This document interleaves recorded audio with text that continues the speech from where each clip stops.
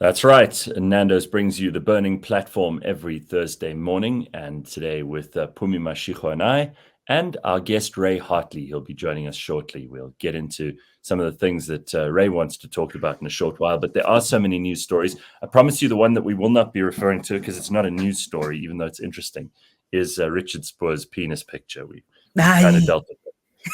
We've dealt with that already. We did in the first hour of the show. So don't expect us to carry on about that very much more this morning. But there are lots of other stories in the news. If there's anything you'd like us to talk about, you can always let us know. We want to hear from you. You can drop a comment in the YouTube comments. You can also like and subscribe, and we'd appreciate that very much. If you are following us on YouTube, like and subscribe and leave a comment, and then you are part of the family. So the Burning Platform is really our chance every week to catch up on current affairs, to see what's going on in the world, and to discuss the important matters in the political, the economic, and the social realm that affect us all. So Pumi and I are joined this morning by the great Ray Hartley, and I don't say that in any facetious manner at all. He really is an incredible contributor to South Africa's journalism, to us understanding ourselves. And we've been talking to Ray for a while to try and find a day which would work for him. And I'm thrilled to say he can join us this morning.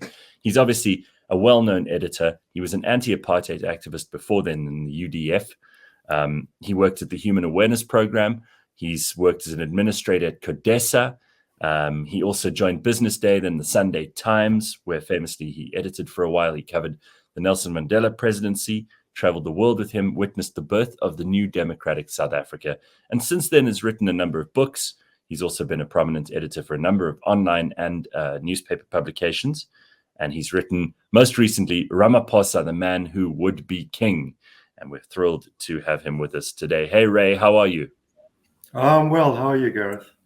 Good. It's so nice to see you. And Pumi and I are really excited to have you on, because she sent me a WhatsApp a couple of months ago saying we have to get Ray Hartley on, because there's so much I want to talk to you about. Keep talking.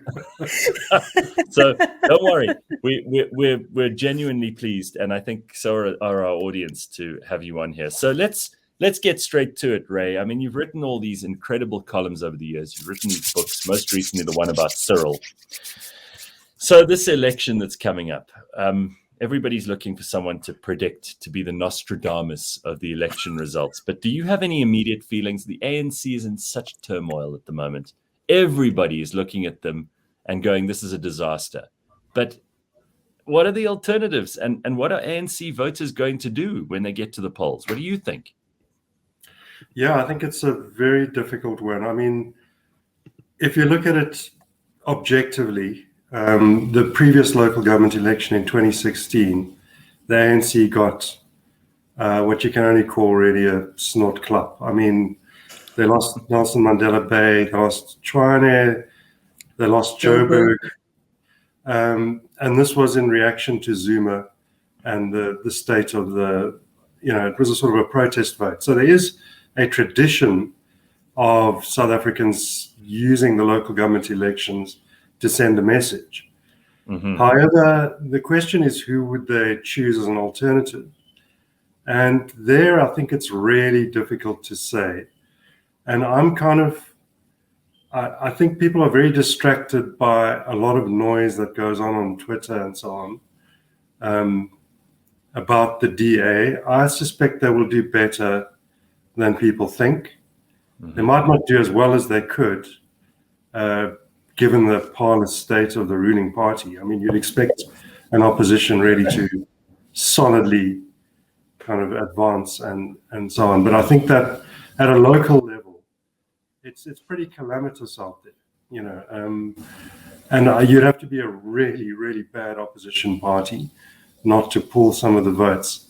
I think the EFF will also gain, especially in poorer communities where service delivery is zero. I mean, it's ground to a complete in most of the country, and certainly out there in the Platteland. So there could be a bit of an EFF wave.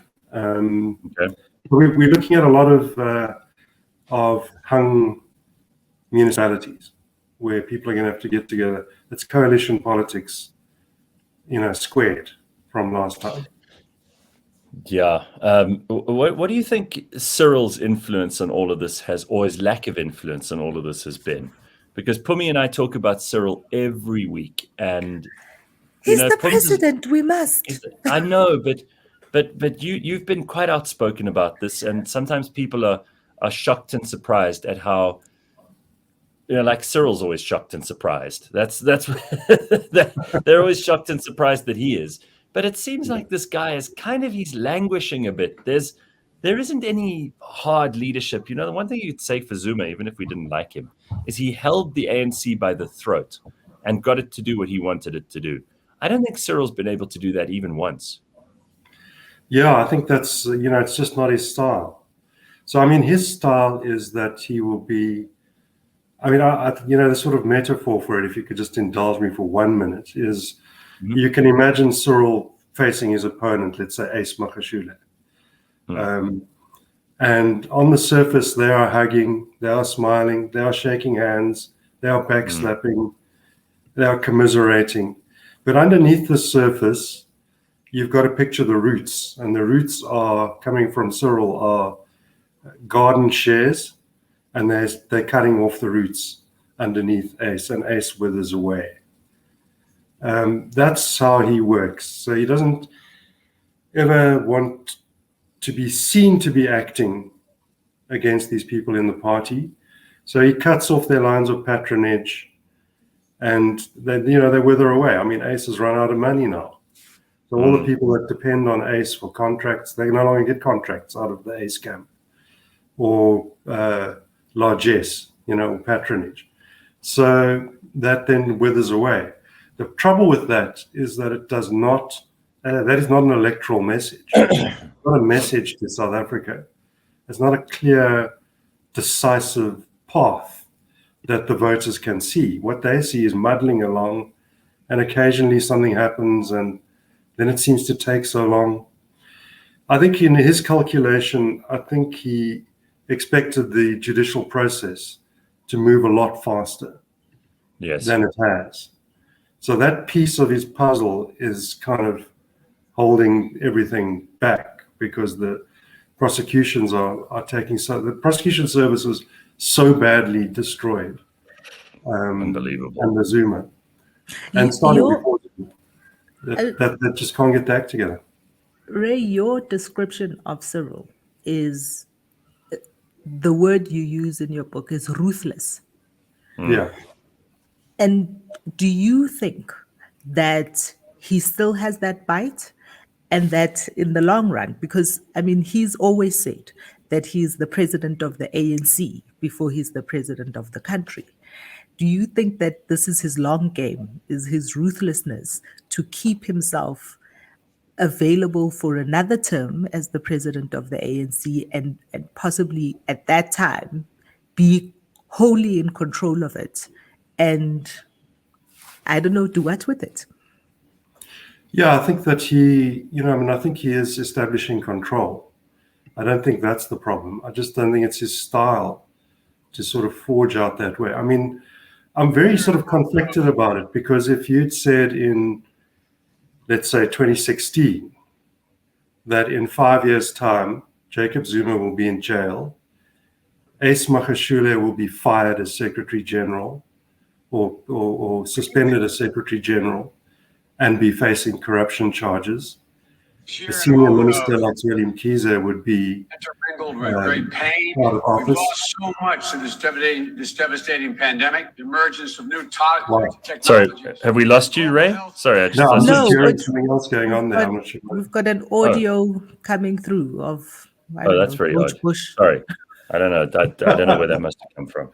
I'll try and figure it out. Sorry. No. So you were talking about his ruthlessness, and so I mean, it is pretty ruthless. If you think about it, I mean, the Secretary General of the ANC has been ordered to step down, and is facing corruption charges. Now that could have been packaged very differently. Ramaphosa could have called a press conference, and he could have announced it and made a moment out of it, and then followed it up with a series of other actions like that, and he would have got public momentum behind him. But instead, he's sort of like, he wants to be seen to be sort of shocked. The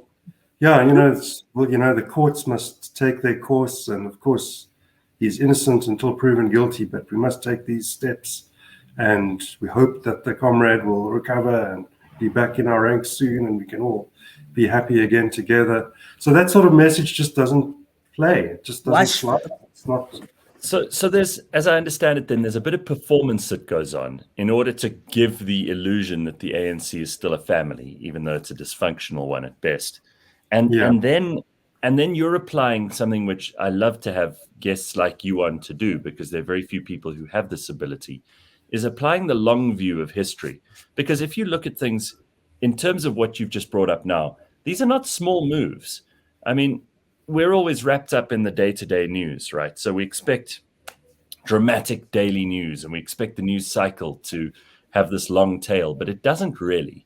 And it's because we don't have that perspective of the whole thing. Like the ANC Secretary General is gone, and he has lost all his power. And as you say, his roots have been cut out from under him. These are significant moves. And we tend to think that because Cyril isn't making these big announcements and doing these dramatic things, that things aren't moving forward, but they clearly are.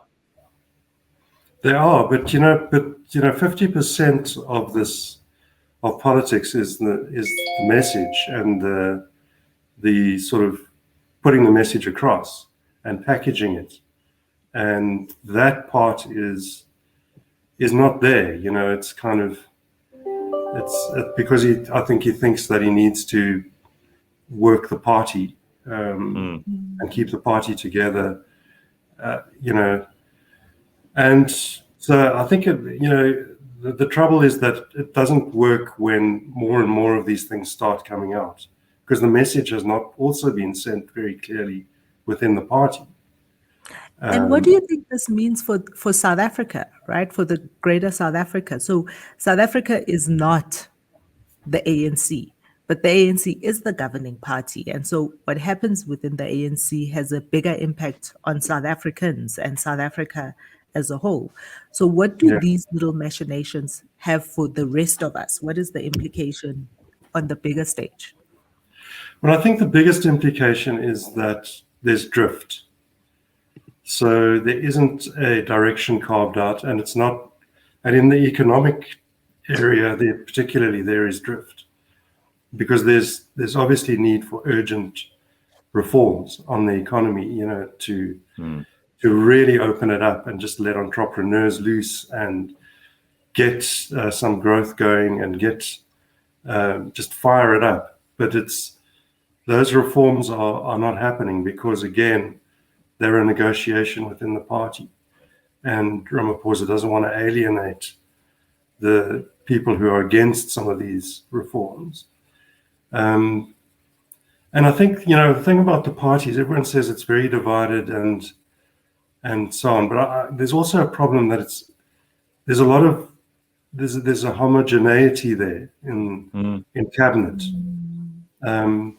So right now, the president, the Minister of Finance, the Minister of Trade and Industry, and the Minister of Minerals and Energy are all former general secretaries of COSATU. Okay, so out of that, you're not going to get dynamic, progressive economic reform. You're going to protect the workers. Quasi-socialists. Yeah, that's exactly right. So you don't have to carve an economic reform direction along the lines of Southeast Asian countries and so on, which requires a bold leader to go out there and do something pretty dramatic and overturn the apple cart. The interesting thing here also is that we say that the ANC is divided, but they're tremendously loyal to each other in a way that other parties aren't necessarily. They don't disagree with each other publicly very often. And we know that it's very hard to get the ANC to turn on one of their own. It takes an enormous amount of negative press and huge damage to the party for people to actually say, it's that guy or it's that girl. We always hear these these murmurs of small Anyana skeletons in the cupboards. But people don't actually turn on each other in the ANC. Yeah, look at They what's actually happened with Kusela Diko, Diko. right? Yeah, look what's happened with Kusela, where all of us, we're now shocked that she's kind of just slinked her way back Slid back into in. Yeah, Yeah. a correct. This is the position. word. And Yeah, Yeah, so I think that's the problem, is that there's always a kind of, you'll probably dig deep there and you'll see that the Deco, there's links to the royal family down in the Eastern Cape, in parts of the Eastern Cape. There's probably a constituency there that's vital to the ANC somehow. So let's see if we can find something for the comrade. And yeah, I don't know if Carl Niehaus can find a way back. I think he's pretty much gone. yeah. Because I don't think he really has a constituency at all. Yeah. But that's about it. Shame. Even, Yeah. if you think how long it took for them to actually take action against someone who on a daily basis was issuing public statements and calling press conferences and ripping into the party. Mm-hmm. It took them, a good 5 years to finally do something. Ray, as a member of an alumnus of the media fraternity, what do you make of? Because you raised the Carl Niehaus and his press conferences and making statements and all of that stuff, and the media feeding into his delusions, right? What do you make of the role that the media is currently playing in this muddling along, this malaise that the country is in? Do you think that they're partly part of the problem? Yeah, you see, I think, you also have to define the media, because these days it's not, newspapers are a small part of the media. There's a much larger media out there that's completely unmediated, and it's just somebody exercising an opinion without really seeking any points of view on it. And so in that environment, I think, populism thrives. It's just, so the media is desperate for attention. It's desperate for clicks. That's the future. The only future really is in online advertising. And that, in order to get that, it's measured very ruthlessly based on the number of clicks, hits that you get, traffic, basically. In order to get traffic, you need to have sensational content. And so there's this drive towards this, populism kind of feeds on that, and the media feeds on populism. So on that note, what does someone like you do when they're looking for the real story? And not all of us are journalists who can, go to the ground and figure out what's actually happening at the local or community level. And we've got these elections coming up, and we're going to see who the good journalists are, because they'll be the ones who can actually give us facts that turn out not to be fictions. But how do you get your news? I'm always curious about speaking to people like you who've been in a position where you know a lot more about South African media and publications than anyone else.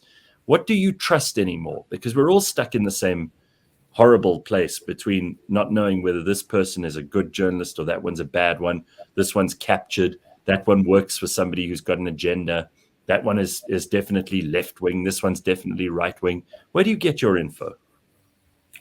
Yeah, I think I try and get my info from primary sources, speaking to people that are actually in the world of politics. But also, I think that there are still a few media institutions which you can pretty much rely on. I think of Business Day, for example. I trust what I read in Business Day. And I think of the Financial Mail, and Rob Rose is the editor there. Yes. And he's pretty fearless. And Financial Mail, I think I trust them. Beyond that, I think it's really look at the byline. And I won't mention names, but, I look at the byline and I go, yeah, okay, well, there could be something here, or alternatively, I don't really trust this. Right. But I think beyond that, it's quite difficult to I'm being probably very unfair to a lot of good journalists out there in other publications. I mean, columnists and opinion writers, I think there are excellent ones in, for example, Mondi Makanya in City Press, and Barnum Tumboti in the Sunday Times. Absolutely. That are pretty worth reading every week for sure. But yeah, it's a smaller pool than it should be. Ray, let's just once and for all get your comments on Jacob Zuma and the Constitutional Court, because this is going to be an albatross around our necks for some time yet. Yeah. Well, I think the court has made itself clear, and we're a constitutional state, and there is no way of wriggling around that. I think Zuma always believed that, when it came down to the final moments, he would prevail. The sheer weight of his political story and his association with the ANC and his history and the people that he had appointed, because I think he has a very sort of patriarchal kind of view of society. So he thought that when he signed off on judicial appointments, they owed him something, And much to his surprise, Mogoeng did not owe him anything in that famous judgment where he said, cut the head off the beast or whatever it was. And all the other judges have also demonstrated that. So I think he seriously miscalculated the strength of the constitutional order and judicial kind of weight. And even the country, I think, was nervous about whether whether it would actually be seen through. And I mean, Helen Zille, I think, famously even tweeted when she shouldn't have, that the decision on the election date was going to be moved because the ANC was influencing the judges. And then that very afternoon, it didn't get moved, which is a strong demonstration, because I think the ANC is running from this election as fast as it can, or it was. And very much have liked another 6 months to sort itself out. So I think Zuma, victory for the Constitution. I have a feeling he's really ill, and I don't think it would be great for Zuma to die in jail. It wouldn't be great for Cyril if Zuma died in jail. Yeah, I don't think it would be good. It would play very badly. It would create a whole kind of, you took an old, sick man, you put him in jail, he died, and then there's a basis for martyrdom and so on. But do you think he's a spent force? I mean, if they did release him from jail on compassionate grounds or whatever, or they decided they were going to continue to try him in absentia and let him just retire and take it easy in Kandla, do you think he's a spent force politically, or do you think he still has some extraordinary influence on particularly the politics of KwaZulu-Natal? Yeah, I think you put your finger on it there. I mean, I think it's shrunk, and it's now KwaZulu-Natal where he plays. And that's very important for the ANC. And, I don't think you ever count Zuma out. He was fired as deputy president and faced a rape trial and came back and won the ANC presidency. So, he was counted out by a lot of people there. Back in the day, and they were all wrong. And I think he'll still be a force, but is a diminished force again, because the access to patronage is just limited. The access to money, to his people being in positions where they can actually dole out cash is shrinking. But in KZN, he's a big player and is very popular on all sides of the political sort of divide in northern KZN. So I've no doubt he would continue to play a role, but it's going to be a diminishing and shrinking one. Ray, you have a long view of South Africa. You know, looking back, you have seen this country kind of shift through power bases in quite significant ways. When you look at South Africa's population, so South Africans and where we are now, we just got the numbers coming in after the voter registration. Most young people haven't even bothered to show up to vote, to register to vote. So there's a good 15 million people that aren't on the roll. The roll is shrinking. The voters' roll is shrinking, and people are hurtful. Do you think we are at the precipice of another big shift in terms of power dynamics in South Africa? Yeah, I think so. I mean, what you have is a growing constituency outside formal politics. So I think it's now this more than half of adults who could vote do not vote, put bluntly. So, and the reasons for that, some of them might be happy as Larry and not, but if you look at the other statistics that go with that, in other words, this massive youth unemployment and lack of opportunities in the economy, and this slowing economic growth picture, the impoverishment of the middle classes, it all adds up to these people are outside the system because they don't, I mean, I saw a very funny thing saying that South Africa suffers from electile dysfunction. But basically where you can't find anyone to vote for. So there is a lot of dysfunction in the formal electoral system. And this is not sustainable. I mean, at some point, this turns into a sort of rebellion. I mean, it's surprising. It's very surprising that South Africa has not actually sunk a lot further into the mire. And if you look at Venezuela, I think Venezuela's tipping point arrived a lot, before they had 44% unemployment. If you look at the extended figure, and other countries, but South Africa somehow sort of holds it together for longer than it should. Well, I'm curious also about who the next people on the scene are going to be, because if we do stick to politics the way that we've known it for the last few years, you could see that the EFF and the DA are doing a whole lot better to recruit younger people into their hierarchies and into their machinery, and they're doing that fairly well. I'd say certainly if you look at the DA, they're trying to bring in younger and particularly younger black people in. The EFF has got a young leadership, so they don't need to, immediately replace them with younger ones yet. But the ANC, I mean, who we got there? Because Fikile Mbalula is still making a lot of statements here, there, and everywhere when it comes to the election. They lost Malusi Gigaba because he was a dud. But who else do they have? They're all these old people in the ANC, and they don't seem to have any plan. The Youth League, even the young ones are old.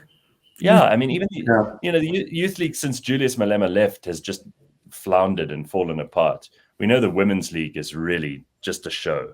There's nothing else going on there. So who are the young political leaders, and is there an independent movement that's starting to come about? We see Musi Maimane trying to engender the idea of independent candidates as being an important outlet for some of this political steam. Do you see that as a possibility, or do you think that that's ridiculous? It's not going to happen. Outside of parties, they can't survive. Yeah, I mean, I think that, the political playing field is kind of captured in a way. I mean, you have a self-perpetuating system. So there are actually quite a lot of government funds that go to political parties based on their support. And I don't have the number off the top of my head, but it's a large number that gets paid to the ANC, for example. And even opposition parties get a fairly substantial amount of money out of the system. And it's very hard to start up. So, it's the same as the business environment, where you have a lot of old established companies that are protected by a lot of bad practices. And it's very hard to start a business in South Africa and compete with them. In the same way, starting a political party and competing with these old established parties is actually extremely difficult. I think the EFF would have been that party, except that it is tainted. And the second, because of the whole VBS scandal. VBS thing, yeah. So, but secondly, the EFF's constituency is that very constituency which is not registered to vote outside formal politics. Correct. So the EFF has these huge rallies, but on voting day, they don't come. They're not. As Julia said, they take the T-shirts. Yeah, and eat their lunch. Love the T-shirt, go to a rally, march through Sandton, and then stay at home when it's voting day. That's the EFF's problem, is to get its constituency into formal politics. And people are just, they just couldn't be bothered. They see complete dysfunction, there's no hope, and they don't enter the formal political system.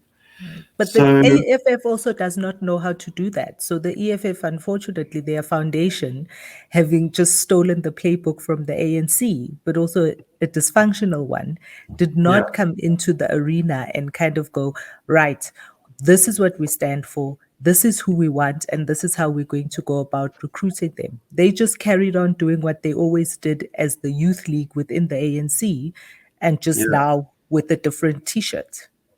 Yeah, I think they don't have they don't present an answer, a coherent answer.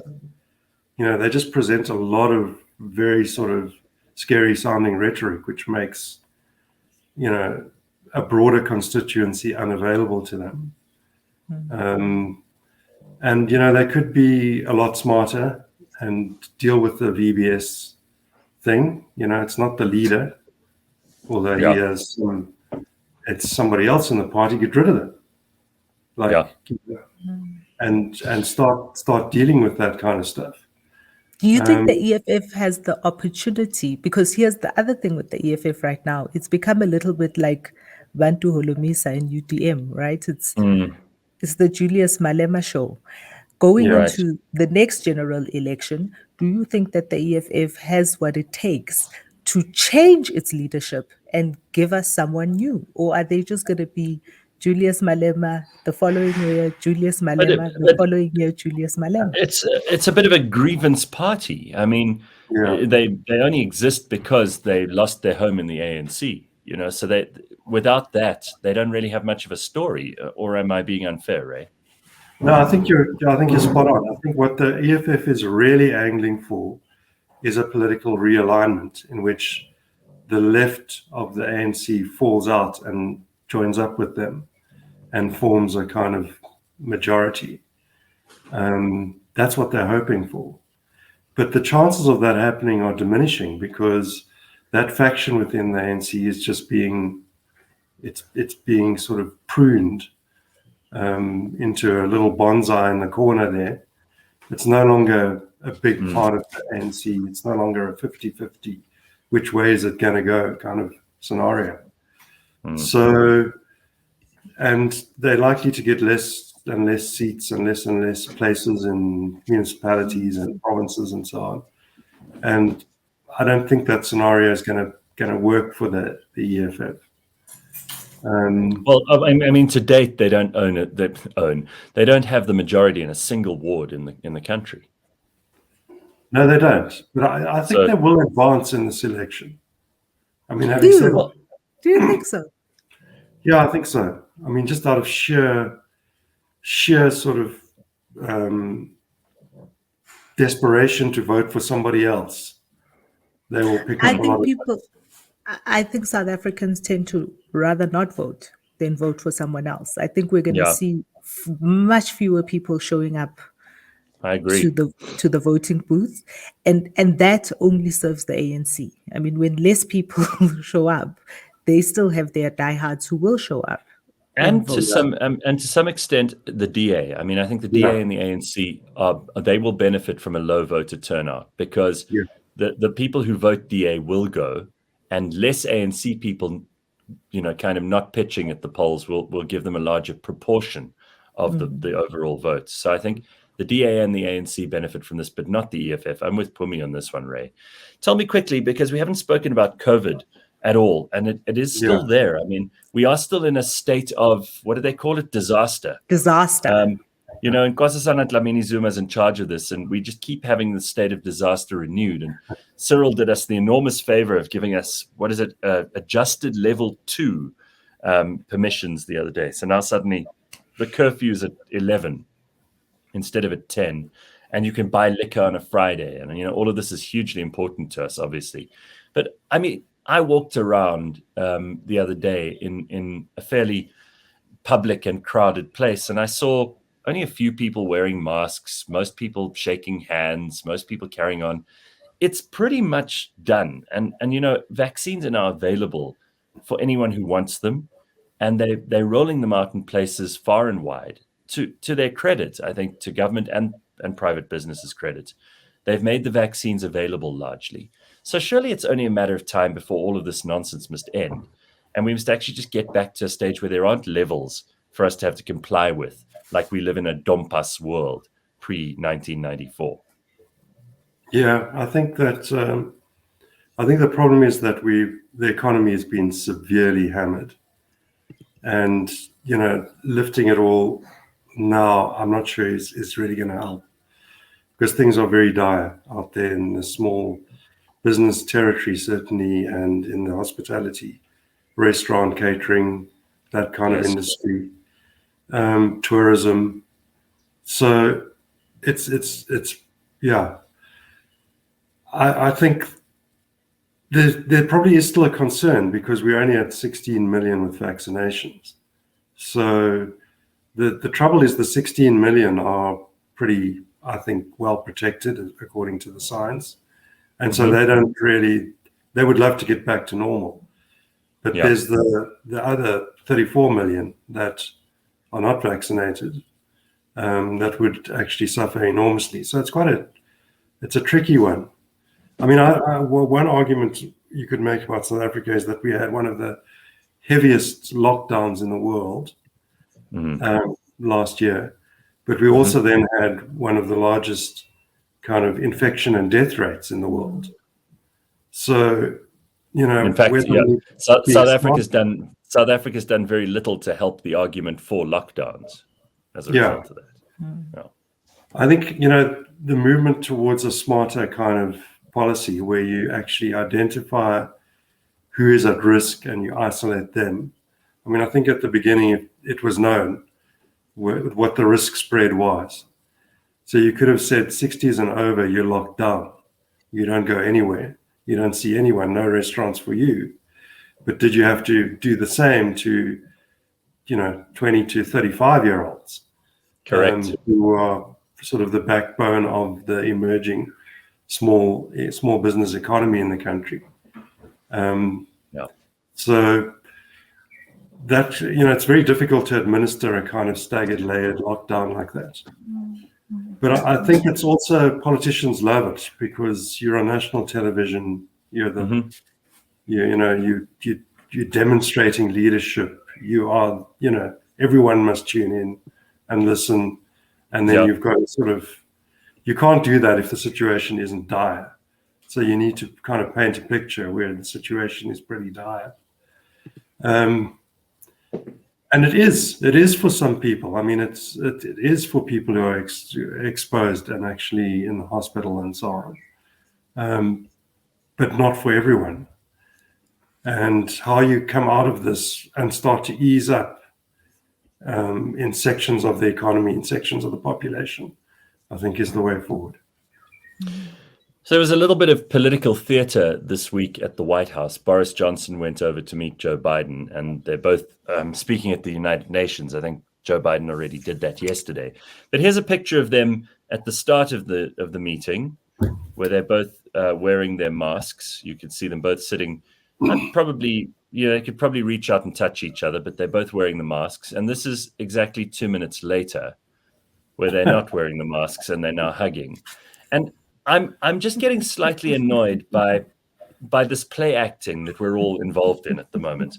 And I want to know what your thoughts are on this, because here are two men who are supposedly, for better or for worse, and God help us if it's true in every sense of the word, but these are the supposed leaders of the free world. And they're meeting there and putting on a show.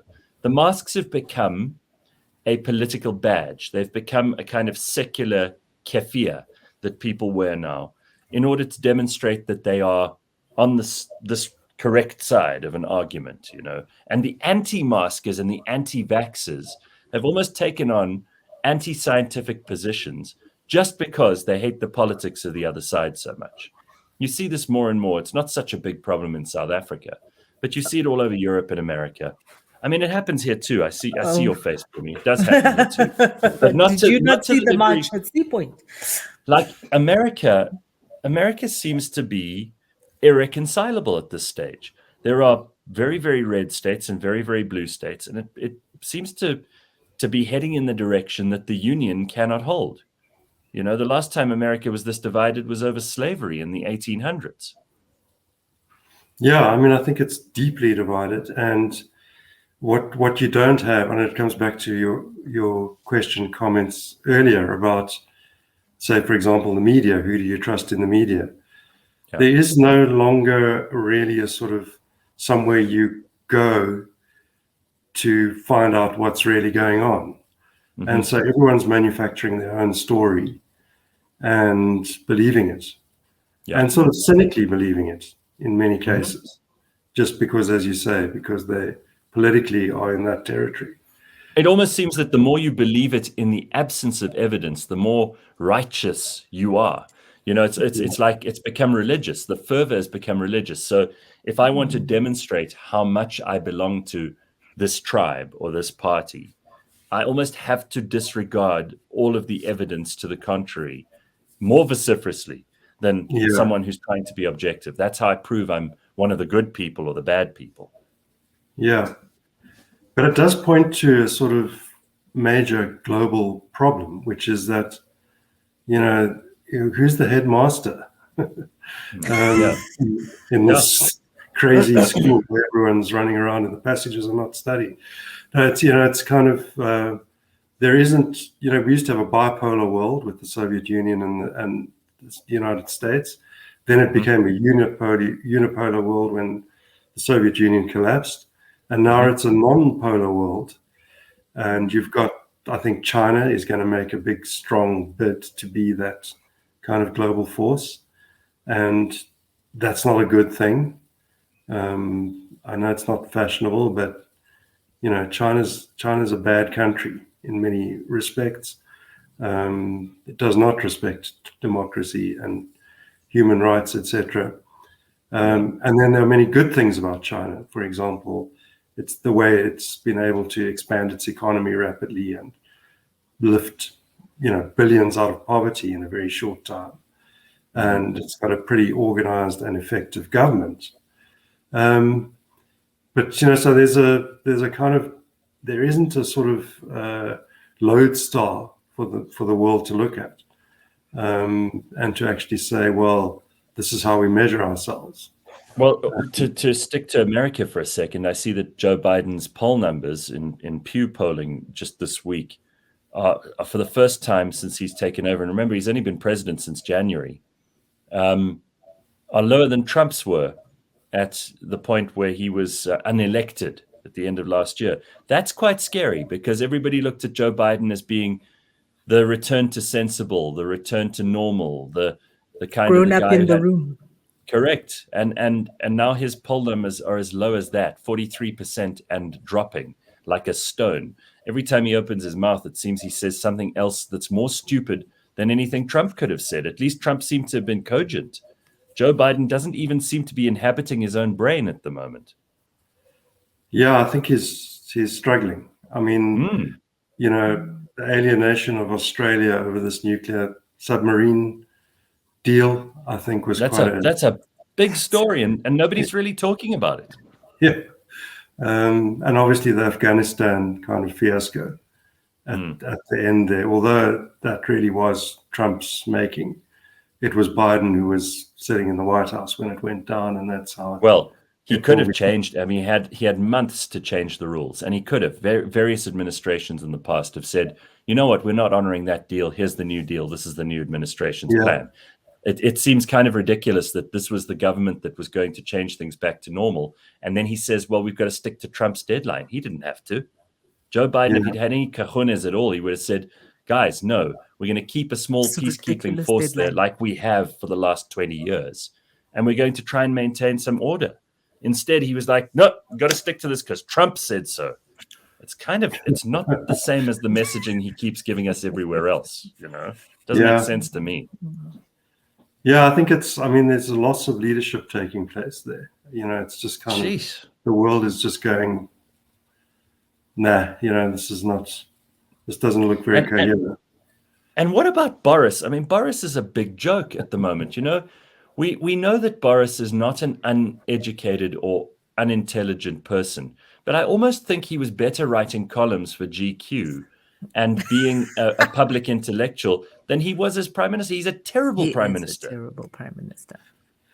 Yeah, I know he was a good columnist. There were some of his columns which were a little unfortunate, but yeah, way back in the day. But I think he's kind of, again, it's the sort of this populist kind of politics that's kind of on the rise. I think Boris is actually not doing a bad job if you look at the UK in terms of the management of COVID and all that kind of stuff. But, they've opened up. I don't think you have to wear a mask in the UK anymore. No, you don't. If you're vaccinated, you don't. As long as you're not from South Africa. Yeah. But, a lot of the Brexit things are coming home to roost now, in terms of supplies and getting supplies out of Europe, the trade relationship, etc. I mean, there's a danger that they could run out of gas ahead of winter in the UK. Then they have to beg Vladimir Putin, don't they? Exactly. So, those are problems. I mean, I think the Brexit thing is going to really haunt them for a while. Yeah. Well, that's also true. But this is part of the bigger narrative, which Pumi's brought up a couple of times, is the worldwide failure of the left. And how the left is they've run out of ideas and they're starting to go back and implement old ideas, which are not working. And all over the world, you could call it populism, but it isn't always populism of the right or the left. It's sometimes just people in Melbourne who are sick of lockdowns. It doesn't necessarily have a political tone to it, but what it is a response to authoritarianism of every kind and a response against the ideas of kind of liberal Western democracy in some ways. This is a failure of the left, unmitigated failure of the left. What do you think? Yeah, I would agree. I mean, I think that, where has a liberation movement come to power and managed to turn that into very positive development, looking around at our own sort of Southern African region, it's quite difficult. And the reason is that it doesn't translate well into economics. Pragmatism. It's a great model for political power, achieving it and retaining it for a while against the odds. But it's not a good model on which to construct and grow an economy. I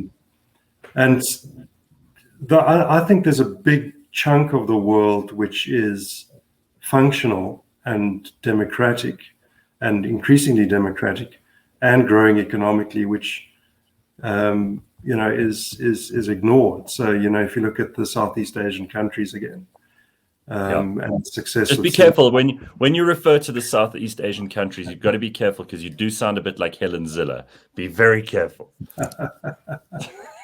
Yeah, no, I work at the Brenthurst Foundation, and we released a book called The Asian Aspiration, which asked the question, should Africa be following the Asian model? And the answer is emphatically yes. And if you look at that Asian model, it really has produced kind of a lot of economic dynamism and brought a lot of people into the economy and dealt with unemployment. So a country like Singapore, Singapore actually sent a delegation to Kenya in the 1950s to study Kenyan economic development because they wanted to get ahead. That's where Singapore was, and now they just completely dwarf Kenya, and Kenya sends delegations to Singapore to find out, how to ignite economic growth. So they did something right, and there's a model there, and that is you've got to make these very big reform decisions, and you've got to move. You've got to free up. So the thing What about are those sorry, reforms? Gareth. Pums, you go ahead. I'll ask. No, ask you a reform question, and then I'll. So I'm curious because the Brenthurst Foundation. I know you guys do excellent work, and some of it gets more attention than other bits of it. Usually, the controversial stuff is the only stuff that gets reported on, which is unfortunate. But in your work there, and the work that other people at Brenthurst Foundation do, what have you found to be those ingredients of reform that will speed our economy forward and will stop putting obstacles in the way of ordinary people achieving their economic liberation and achieving their own agency in the world economy? I think the first thing is that you have to have a highly effective technocratic meritocratic state. You will go nowhere unless you have the skills know-how at the top in government. So you have to restore technocratic skills, and you can't be fussy about where they come from. So if you have to bring people back who've gone overseas or whatever, do what you need to do. And then secondly, with that kind of state, you're able then to target the sectors of the economy which are going to grow the fastest and are going to bring the most kind of benefit and actually accelerate the growth there. So it's not about, state intervention's bad when the state is weak and does the wrong things. But the state intervention that took place in those Southeast Asian countries was good. It was targeted, and they aggressively pursued attracting the most skilled people in the society into the government, and they built industries. And then, when the time was right, those industries were moved into private hands, where they could be sustainably and economically, functionally go forward with them. So there's in South Africa we're stuck because we have a state that's incompetent. I mean, it's okay. There are a lot of people who do good in the state. Again, let me just say, I mean, it's not everybody, but we've lost quite a big sort of technocratic layer. I mean, if you think of Eskom, Eskom lost its engineering capacity and its project management capacity in the 1990s, and the consequences in the 2000s were severe, and we're still living with them.